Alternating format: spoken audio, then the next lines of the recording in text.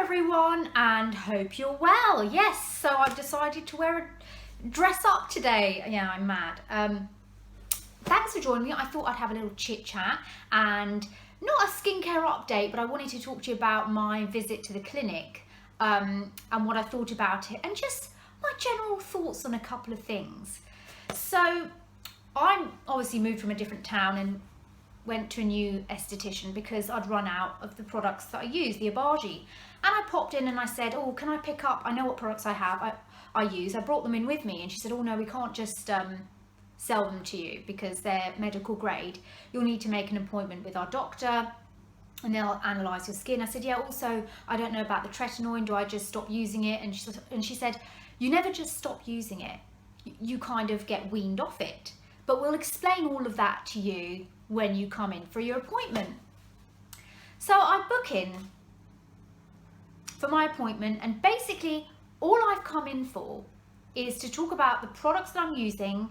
Am I using them correctly? Should I still be using the Melamix and the tretinoin? When do I stop using the tretinoin? Is that the right thing for me to be on? And so I'm waiting in the waiting room for about 20 minutes and I'm looking around and I'm bombarded with billboards, posters, signages of how to look younger, be more youthful, drink this and feel young again, never have a frown line, rejuvenation, feel the youth. And I just thought, and then on top of that, there was a little video playing constantly. What is with the aeroplanes today? What is going on? They were playing constantly these, like, I mean, not being, you know, but American sort of like, you can have a facelift in your lunch hour. Really? Oh my God. Lunch hour facelift, rejuvenation, look younger in 10 days, doctor, blah, blah, blah. And I was just like, I literally felt like I was going to be sick. I felt so hot. All of this stuff, laser rejuvenation, vaginal rejuvenation. I'm not even joking with this laser. It's a laser that goes into your nether regions and plumps up for rejuvenation. Oh my God, I feel so much better about myself now that my, you know, is just plumped up. I mean, who is plumping up your vagina? Have we gone mad? Like, have we gone absolutely mad? And I sat there and thought, well, there's really nothing wrong with me. And then I thought, no wonder women feel so much pressure to look a certain way. Like, I'm sitting here and I feel depressed. I'm sitting here thinking, do I need, I mean, like, oh my God, imagine people that really feel bad. Then I had to fill out this form, right?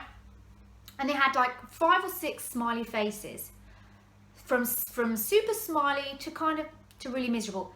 Circle which one best describes how you feel today. And I was like, well, the smiley face.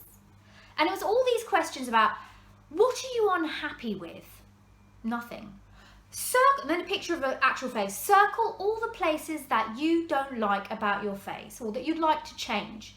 Why do you want to change? Do you want to change because you don't feel happy? Because you want to feel confident? Because you want to go on that holiday? And I thought, everything is so negative. Why do we have to fix certain things to be happy?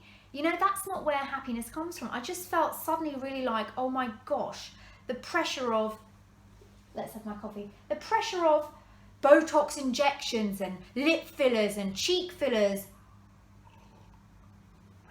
And let's eliminate every single wrinkle that is on your face and drink this juice and you'll be, and I just thought, so by the time the doctor came to see me, I was just like, anyway. So I go into the doctor's room and I'm like, so, and she's like, she shows me 2 diagrams. This is the skin, the epidermis and the dermis. What happens is on this layer, because I want you to know, and I was like, yeah, I do actually know about the skin layers, and because certain things don't go all the way down. We don't use moisturizers here, okay? Dr. Abaji doesn't believe in them. I went, oh right, okay, because she goes, no, we need to sort out your skincare because you're obviously not doing it correctly. You need to be washing your face for at least 1 minute every morning. You need to be using a scrub every single day for 1 minute every morning. And I thought, I said, oh, what about oh, well, we'll get to that. First, let's assess your skin. So we went to another room, and it's a skin analysis machine. You know how you go into this machine and it kind of brings up all the things that are underneath the skin, so sun damage over the ears and blah blah blah. She whips off a like wet wipe, which I can only describe as like Windex, and like wipes my face off, taking all my makeup off. And she goes, "You have a lot of redness, you have rosacea." I said, "Well, I mean, you have just rubbed my face, so it's, you know," but anyway. So I went into this machine, and it takes all pictures, you know, from the side. And then we analyse it. She goes, "I know what all of this means, but I want you to see. Do you see all of this? That's underlying sun damage. That's bacteria. That's rosacea. That's this and that's that. On average, your skin for your age is average. Could be better." Now, bearing in mind, okay, I thought my skin was brilliant at the time. My face was ginormous on this screen, and I thought my face looked great. She goes, "Yeah, so really we could work with getting rid of those fine lines and sorting out the rosacea." And I was like, "Sorry, I've never had rosacea before." And the pores and basically the overall skin texture, I mean, we can kind of work with, but you can see all of that. I thought, of course there's damage under the skin. Who hasn't got damage under them? We've all been exposed to the elements. But nothing product-wise reaches that deep to repair those things. That it doesn't, okay? You know? And to be made to think that you need, obviously, I've seen these kind of things before. I've gone through one of these machines before. It shows up your sun damage, and for an average person, they'd be mortified. "Oh my God, that's what my skin looks like." And you're like, calm down, it's just underneath. Anyway, so we go back into the room to have a chat, and I'm still trying to tell her about my products, and she's like, "Well, you need to be using this, and you need to be using an SPF." I was like, "I am. I've actually got the whole Abaji range." And she's like, "And you need to be using mineral makeup." I said, "Oh, I am." And she goes, "Well, what brand are you using?" I said, "Oh, Bare Minerals." She goes, "Bare Minerals is generic. It's for the mass market. There are better things out there." I went, "Oh, really? Like what?" She says, "Well, if you go downstairs after we finish and speak to my colleague, she'll show you our products." I was like, "Okay, right." Now, she didn't talk to me about weaning off the tretinoin, and this was what I came in for. I was like, "Do I stop the tretinoin, yes or no?" "Yeah, stop the tretinoin." "I don't know why you're on the tretinoin. You don't need to be on that. We'll probably put you on retinol, but not now. So what I'm going to prescribe for you is, and you need to get your skincare in order." I was like, "But I am. Like, are you kidding me? My skin is..." I was sitting there like, is this a joke? Like, my skin is fine. And I was like, "Oh, by the way, I was thinking about eye cream." "No, let's just sort these out." This is how she was. I'm not joking. "Right." I said, I said, "Can I just tell you what I'm using, please?" Right? She gets this paper out and starts ticking off what I need to have.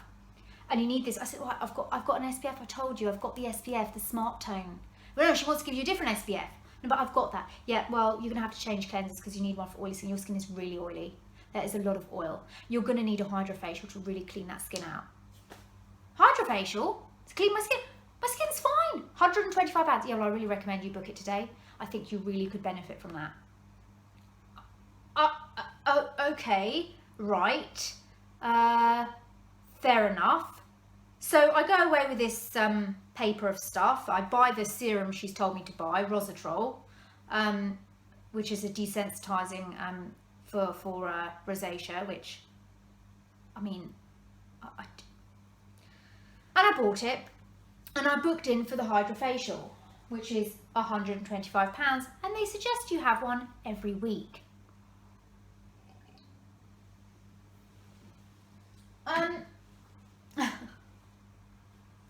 I go in a couple of days after for the facial. I do everything she tells me to do. And I go in for the facial. The facial's like 2 hours, and they go through this whole list of things. Why are you having the facial? Is it for your self-esteem? Are you depressed? Do you have a low... I'm like, no. If I was depressed, I'd go and see a psychologist. I've just come to try out the skincare. Like, I mean, you know. So anyway, so the girl who did my facial was really nice, and the facial was intense. I mean, I'm used to my Avidas and LMS. This was intense. This was machines. This was things sucking. There was another thing that was like, it literally felt like needles scratching my face, like, and she was really pressing it. I was like, oh my God, my face is coming off. Then she put something else on, and then she sucked everything up, and then she put this mask on, and then she removed it, and then she went in to pop pimples. Now, I don't know, on my nose, she pressed so hard, I thought she was going to break my nose. I'm not joking. I literally thought my nose was going to break off. I mean, I literally had tears running down my eyes. Then the next part of the facial was this heated collagen boosting machine thing. It's like a big red light. It kind of goes, if you're claustrophobic, you're going to hate that. It's 20 minutes. You've got iPads on, whatever, and it sits on your face for 20 minutes. And anyway, and after that, after that, you sort of come out and you're like, and she puts all this stuff on, and then she goes, and then tonight you're gonna wash your face, you're gonna use your TI pads, I was like, wash my face? I've just been through the bloody ringer here. Wash my face? The amount of times they're telling me to scrub and wash my face. You know, I told you about that Abaji scrub. I'm not gonna have any face left. Are you crazy? I mean, I thought, okay, they seem to know what they're doing. I'm gonna do the regime, okay? But you know, my face is in overdrive now. I don't, and it gets me to thinking. It's not as, it gets me to thinking: is this all some sort of to get people to buy? It's expensive skincare, and sometimes I think maybe your own what you think you need is best than actual recommendations from people, because one esthetician says something and the other says another, so it's really confusing. And I look back at old videos from last year, and I've got to say, and this is no push on anything, but when I was using, remember I was doing Arbonne and I was using Arbonne RE9, my skin was amazing. If you look back at those videos, that's the time when I was using it. My skin was incredible. Every day I got a comment, your skin is amazing. I went and did that machine thing in Elemis, and she said, oh, your skin's amazing, your skin's perfect. A little bit dehydrated, but perfect. So how it's gone from that, I don't even know why I essentially went to the esthetician, because my face was fine, my skin was perfect. And she looked at my face and said, yeah, you've got your skin, but we could really get it perfect. And actually at the moment, it's, it is just, and it's not a breakout it's a breakout because something's irritating it. Like everything's irritating. So I've kind of stopped everything at the moment just to kind of let it calm down and just see, because I'm literally like, I'm really annoyed. Like I should just believe in myself and go with what I believe and what worked in the first place. And if it isn't broke, don't fix it. And this is my other point I'm coming to in my video is,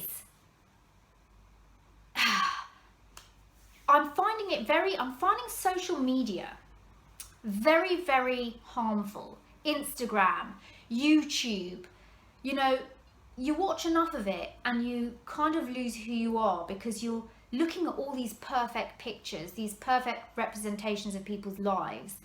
And you think, if I buy that foundation, I'm going to look like her. If I do my hair like that, I'll look like her. I don't know if that's with everyone, but it is with me. I'm kind of like, I want to be like her. I want to dress like her. Would so-and-so buy this dress?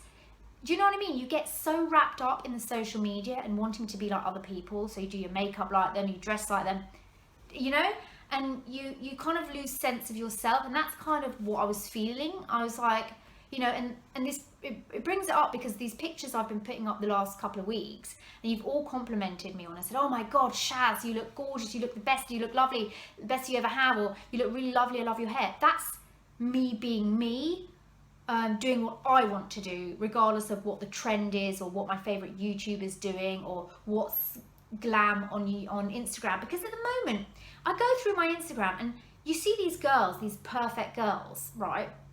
Their makeup is perfect, everything is perfect, their body's perfect. And actually, before I used to be really envious, and now I look at them and think, how boring. You're so perfect. It's boring. Like, who wants that? I really don't know. Maybe the Sheik of Arabia, I don't know. But it's boring. Where's the ingenuity? Where's, yourself. Like I'm just like, and I'm not like looking up to it anymore thinking, oh wow, oh my god, she's got perfect hair, oh my god, she's got a perfect body. I think, you know what, actually it's flipping boring, you know. So I'm trying to now get into things that I like. And that dress that I wore, you know, the wrap dress with the birds, you all love that. Now usually I buy things, or I buy clothing because I've seen it on somebody else that I admire and think, oh, I love that, I want to dress like, I want to look like that, right? When I saw that dress, I thought, I really like that. I really like that. And then I thought to myself, yeah, but would so-and-so wear that dress? She wouldn't wear it. She wouldn't wear it. And then I thought to myself, no, never mind. Who cares whether she wears it or not? You like it, buy it. You wear it. You be you. So I bought it and it suits me. And you know, I've been doing my makeup a certain way because I'm gravitating towards these shades at the moment, and I'm just doing my makeup how I want. And every time I used to try and do my makeup like other girls, you know, the way they do their transition first, or the way they do this first, or they don't wear eyeliner, or they wear false lashes. And it's like, I'm just doing what I want to do. I'm going to put my eyeshadow on how I put my eyeshadow on. I'm going to wear the foundation I want to wear, and I'm going to put it on how I want to, and do my hair the way I want to, and not feel pressured by social media, because it's just it gets me down. Do you know what I mean? Like you feel pressured and you just don't feel good enough almost, you know, sometimes. And it's just like, whoever wears what they wear, fine. Let them do them. You do you. It doesn't, you know, just be individual, and it makes me feel a lot better. And the fact that I got so many comments on those pictures and you all liked it, and I thought, wow, that's amazing, because I stopped looking at the trends and whatever and thought, you know what, I'm just going to do what I feel comfortable with and that I like. And I think that's really important, to always go with your opinion, and not just because you're speaking to an esthetician, doctor, that what they say is gospel. Because at the end of the day, it's a business. They need to sell their products, they need to sell their services to you. They're not going to sit there and go, no, you're absolutely fine, you don't need a single thing. Do you know what I mean? And there's again you striving for perfection again. Oh, I can be better. Oh, my skin can be better. When actually it was fine in the first place. I didn't have to do anything to it. So this is just what I'm saying. And I'm trying to take a break of scrolling through Instagram all the time and watching certain people on YouTube over and over, because you do start to feel like, you know, the pressure. And I don't like that anymore. I really don't. I want to be happy with myself, okay? Which I generally am, do you know what I mean? But sometimes when you're feeling a bit, you know, and then you kind of dipping a bit, and then you look at things and you just go with the flow, you go down, you know, and it's just a terrible thing to be in. And then, you know, so yeah, it's great to be inspired by people, and you might like a t-shirt your best friend wears, that's great. But to completely try to copy someone else, this is what I've always done. Like, I'll buy something because she looks good on her, it'll look good, and half the time, 9 out of 10, I can tell you it doesn't look good on me. I'm like, oh, why did I buy it? Should have just bought the colour I wanted. Because you keep going for things that so-and-so wears that shade of lipstick, so-and-so does this. Well, what then you forget, you kind of lose track of what do you actually like. If you were to choose one, would you choose that one? So, you know, that's just, you know, what I'm saying. Bit of a chat, bit of a ramble, bit of a rant. So I won't make this any longer because, you know, I know people don't want to watch really long videos, but I just thought I'd share that. Leave your comments below. Let's have a discussion. Let me know any other topics you want me to talk about, and I shall chat to you all soon. Bye.